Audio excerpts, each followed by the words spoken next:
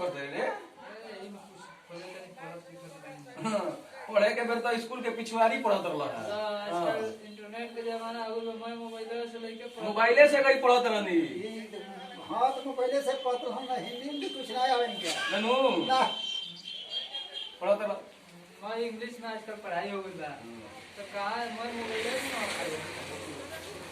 त्या मोबाईल मला ना सवयी डेटा मला मोबाईल सवयी डेटा काकाला बता ना।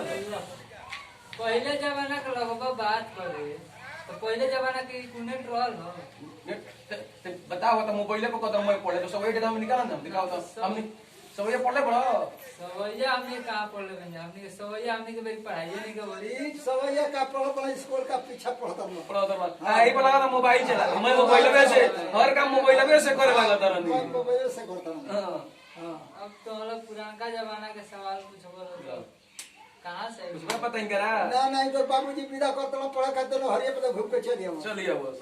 हम देखले रहनी ओनिए खेल पटावत रहनी हम तो देख आ कहब ना कहां जाते रे तो कहब काहे कि अब का गइनू। हां सब तो हम लोग हमने के मेरी जमाना में पूछ देते तो हम से नहीं पूछा ना तो पूछा नहीं तो बता देना स्कूल के हिंदी में क्या कहल जाला। लो नहीं अब ये नाम नहीं गया है स्कूल के हिंदी लिखे के हो हिंदी बताओ स्कूल के हिंदी पाठशाला कहल जाला। हमने पांचवे क्लास में पढ़ ले जब पाठशाला में आग लग गया था। अच्छा ओकरा के मेला का कॉलेज जानते हो, ओकरा के मदरसा कॉलेज मदरसा कहला आ संस्कृत में ओकरा के विद्यालय कहल जाला। इहो जान लो। अब बताओ सवई डेटा जान लो।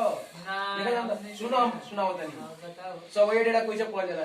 1 सवा सवा, दूसरे आधा, 3 सवई पौने 4, 4 सवई 5, 5 सवई सवा 6, 6 सवई 7.5, 7 सवई पौने 9, 8 सवई 10, 9 सवई सवा 11, 10 सवई 12.5। क्या होचे ऐसे ही है ना? सही है ऐसे ही ना? हां ये बात सही है, बात सही है। हां पे सवाल पूछी बता देबो। पूछो बता देबो। खूब तू मोबाइल चलावत रहा, रोज नेट चलावत रहा। बता दे जा 10 गो रुपया बा आ दू आदमी के बांटे के बा। एक आदमी के 1 रुपया ज्यादा देबे के, एक आदमी के रुपया कम देबे के। तनी बांट के बताओ तो कैसे बताई। ये बताओ 10 रुपया बा 2 आदमी बा, 2 आदमी मर एक आदमी के रुपया ज्यादा देबे के, एक आदमी के रुपया कम देबे के बा। एक आदमी को 6 रुपया दे दो, एक आदमी को 4 रुपया दे दो। हां हां तारा बुझा दे, खूब बुझा दे। एक आदमी के ज्यादा हो गई ना भाई तारा बुझा दे। तनी जोड़ तो बड़ा को रुपया बेसी को रुपया कम होता। कैसे जोड़ो जोड़ा एगो आदमी के 6 रुपया दे देने, एगो आदमी के 4 रुपया दे देने, कम हो गई एगो ज्यादा हो गई। तो दूर ज्यादा और रुपया ज्यादा कम बेसी 1 रुपया कम बेसी न करे के बा।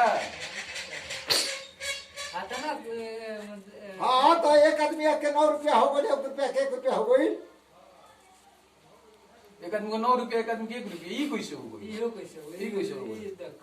ऐसे ना होला। अच्छा तो माने देखो कैसे बताओ होला? हम बताओ पहले देखो 2 आदमी के बांटे के बनो जितना रुपया बेसी देबे के बा उतना अलग निकाली। कितना बेसी देबे के बा? 1 रुपया। 1 रुपया 1 रुपया अलग निकाल लिए। ठीक न 5 गई 9 रुपया। 9 रुपया के 2 आदमी के बांट दिया जाएगी आधा आधा। आधा दे दे कितना करना हुई? आधा 9 रुपया का आधा आधा 4.5 रुपया हो गई। 4.5 रुपया 4.5 रुपया हो गई। 1 रुपया एक आदमी को उठा के दे दी जाएगी। एक आदमी को 5.5 रुपया और एक आदमी को जाए 4.5 रुपया हो गई ली। तो पढ़े के बेर तो पिछुआरी पढ़ बनो हरिये पर लौटिए। आपको तरह की नहीं पुराना जमाना वाला पुराना जमाना नया जमाना 2 आदमी बांटे के मतलब नया जमाना पुराना जमाना नहीं बा।